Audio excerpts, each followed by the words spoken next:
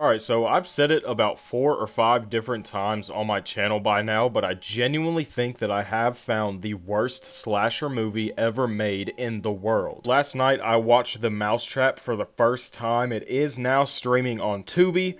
Who would have thought? And it turns out this movie is as genuinely bad as everyone I've ever talked to said it is. I thought that there was some exaggeration. I thought that maybe they didn't get the humor. Maybe they didn't get the comedy aspects. Yeah, no, it's just a really bad movie. And since I had to sit through it and watch it and pretend to enjoy all 80 minutes that I had to sit through, you guys have to sit here and listen to my review. So welcome back to the channel. My name is Haydxn, and today we are talking about The Mousetrap. Now, fair warning, I do want to say this will probably have a few spoilers in it just because of how bad some of the parts are that I cannot pretend to skip over. So if you don't want any spoilers, go ahead and click off. But if you plan on watching this anyway, or if you just don't want to watch it, you want to hear what I have to say, then stick around to the end of this video. Without further ado, go ahead and grab yourself a snack and a drink, sit tight, and let's get into it. So the same day that the Steamboat Willie character was officially dubbed public domain, this movie was announced, and they obviously rushed it to try and get it out and get an obvious cash grab out of the character. And I do want to preface this by saying this movie is in no way related to Disney. It's also in no way related to the Twisted Childhood universe, aka the Pooniverse. It is not made by the same people. It's just another movie capitalizing on childhood characters becoming public domain. The basic premise of this movie just shows that there is a girl working at an arcade and her friend group wants to rent it out for the night and throw her a surprise birthday party for her 21st birthday. I don't really want to spend that alone with like 8 people in an arcade, but to each their own. And her boss ends up getting hypnotized by the spirit of Mickey Mouse after he watches a Steamboat Willie movie, and he has this whole Green Goblin moment where he puts on the mask and the mask just takes over his body and makes him kill everybody. And I'm not even joking, that's the movie. You could honestly stop the video right there and you have everything you need to know about this movie. That is it. They obviously have their whole moments where they try to escape, they're getting chased, whatever it is. It's so bad, it's so laughable, and not in the horror comedy way that they advertise it as. First of all, I could not come up with a friend group with any less chemistry if I went and grabbed 7 random people off of different streets in the United States. These people act like they know absolutely nothing about each other. They have absolutely nothing in common. They don't have the same interests. They don't talk to each other as if you were talking to a friend. They talk to each other like they just stumbled upon each other and they just decided to be friends for an hour. They get so stereotypical with the friends in this group. You have the girl that doesn't know how to do anything other than sleep with guys. You got the stoner. You got the popular jock guy. You got the nerd. You got the dumb blonde. They throw it all together in such a basic and stereotypical way. And that is fine because a lot of horror movies tend to do the same. Obviously, they all get stereotypical at some point when it comes to the friend group that you have to throw together for the story. But as long as the acting's good and the characters themselves are interesting, you can really play it off. But these people just lacked everything interesting. I genuinely think that the only reason they tried to market this movie as a horror comedy by the end of its release is because of how laughable it was when they tried to take everything serious.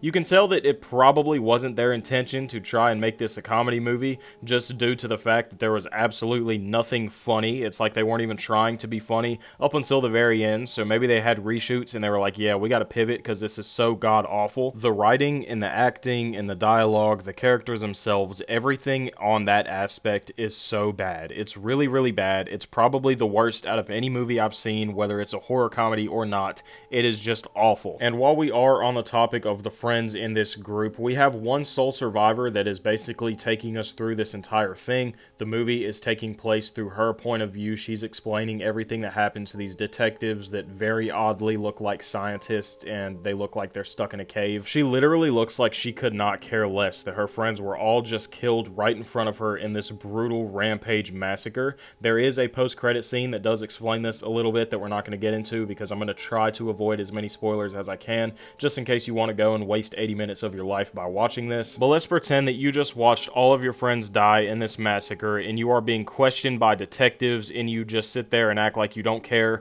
You're being mean about the whole thing. You're being rude. You got this little attitude.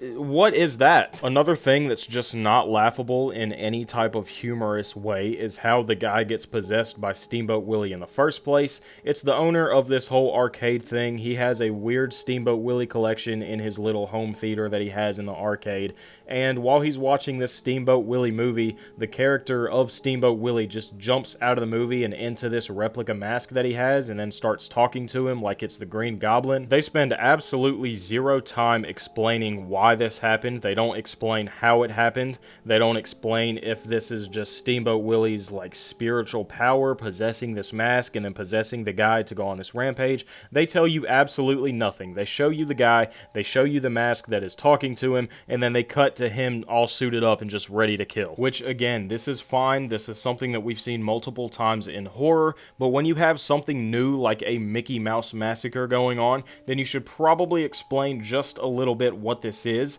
instead of just trying to rush through it and get your movie out as quick as possible. The look of the Steamboat Willie character had serious potential. I don't think that the mask was the worst mask by any means, but when you combine that with just some random guy in a very basic hockey jersey, which, by the way, has absolutely no numbers or names on it. This is something that we see multiple times throughout the film, but at least try to make this look like some serious slasher. You know, don't put this really cool looking mask on this guy with this very basic outfit on and just expect us to be frightened. That's so stupid. Apart from the mask that this guy wears while he's going around and trying to kill people, he exhibits absolutely no signs of Steamboat Willie or Mickey Mouse. He doesn't have a squeaky mouse voice. He has a very stupid and annoying raspy voice that it sounds like they just threw through some kind of voice filter. Just to give you a little bit of an idea on how bad this movie lacks continuity or any thought behind anything that they tried to shoot with this camera, look at the absolute height difference between these two characters. Look how much taller the guy is than the girl,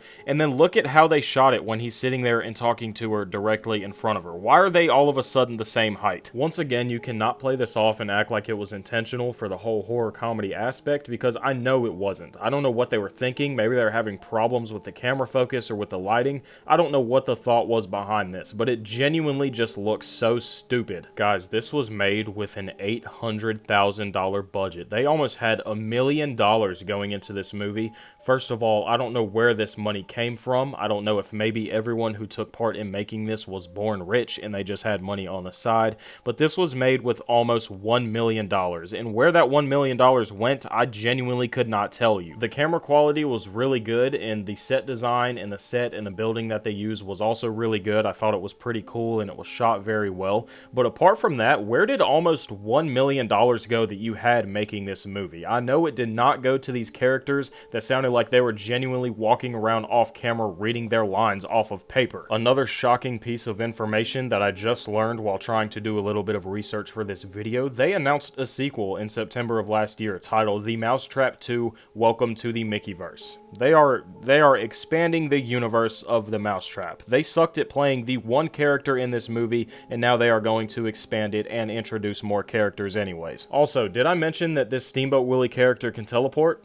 Just in case I didn't, he can teleport. My final thoughts on this movie. Do I recommend you to go and see it? No. This movie is awful, and it's not awful in a good way. You know, we sometimes get these horror comedy movies that we can look at and we say it's bad, and we can laugh at it, we can enjoy it for what it is, but this movie is so bad. There's no actual genuine story. They try to do subplots when the first plot itself isn't even interesting enough for me to stay awake and watch. It's so bad. The acting is bad. The characters are bad. Everything about this movie is not done in a good manner, and I do not think you should waste 80 minutes of your life to go and watch this. Instead of wasting time to watch this, go ahead and order a Mickey Mouse mask on any given website, grab 2 of your friends with the nearest iPhone, go outside and shoot your own movie, and it will probably be better than the Mousetrap. If you guys have seen this movie, then please let me know down in the comments what you think about it, and if you haven't watched it, then you're not missing anything. Let me know what you thought about my review, because I did a lot better than they did. All jokes aside, I really hope you guys enjoyed this little review of The Mousetrap. Like I said, it is streaming on Tubi. If you want to go and watch it, I don't necessarily recommend it,